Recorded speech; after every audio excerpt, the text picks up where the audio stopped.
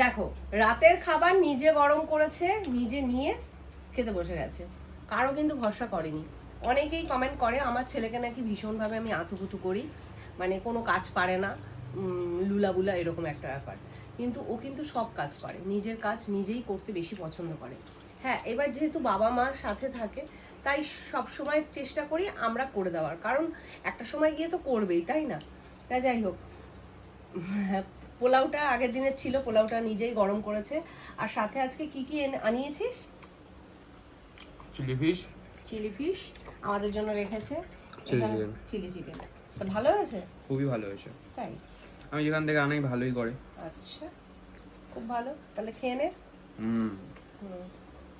তা আমাকে একটু টেস্ট করতে দে, আমি একটু খেয়ে দেখি কেমন হয়েছে। কোনটা খাবে? দুটো দিয়েই খাবো, চিলি ফিশও খাবো আর চিলি চিকেনও খাবো। কিন্তু পোলাও দিয়ে চিলি ফিশ চিলি চিকেন কেমন একটা কি কম্বিনেশন। আনবো? চিকেন কষা আনতে পারতিস। চিকেন কষা বাইরে প্রতিদিনই খাই। তাই? চিলি চিকেন খেতে ইচ্ছা করলে, আর চিলি চিকেন তাও এনেছি ড্রাই এনেছি, প্রতিদিন খাই বলে। না, ভালো বানিয়েছে। সত্যি পোলাওটা আজকে দারুণ টেস্ট লাগছে, মানে আমি কি বললাম। কাণ্ড করেছে দেখো। মানে যে সেদিন যেহেতু পারফেক্ট হয়নি, ওর মধ্যে নুন দিয়েছে, মিষ্টি দিয়েছে, আবার একটু ঘি দিয়েছে, ঘি দিয়ে নাড়াচাড়া করে রান্না করেছে।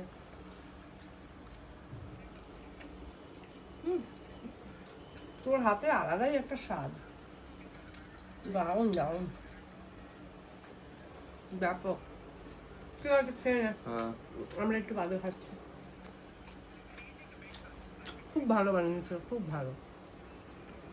তা চলো বন্ধুরা, টাটা।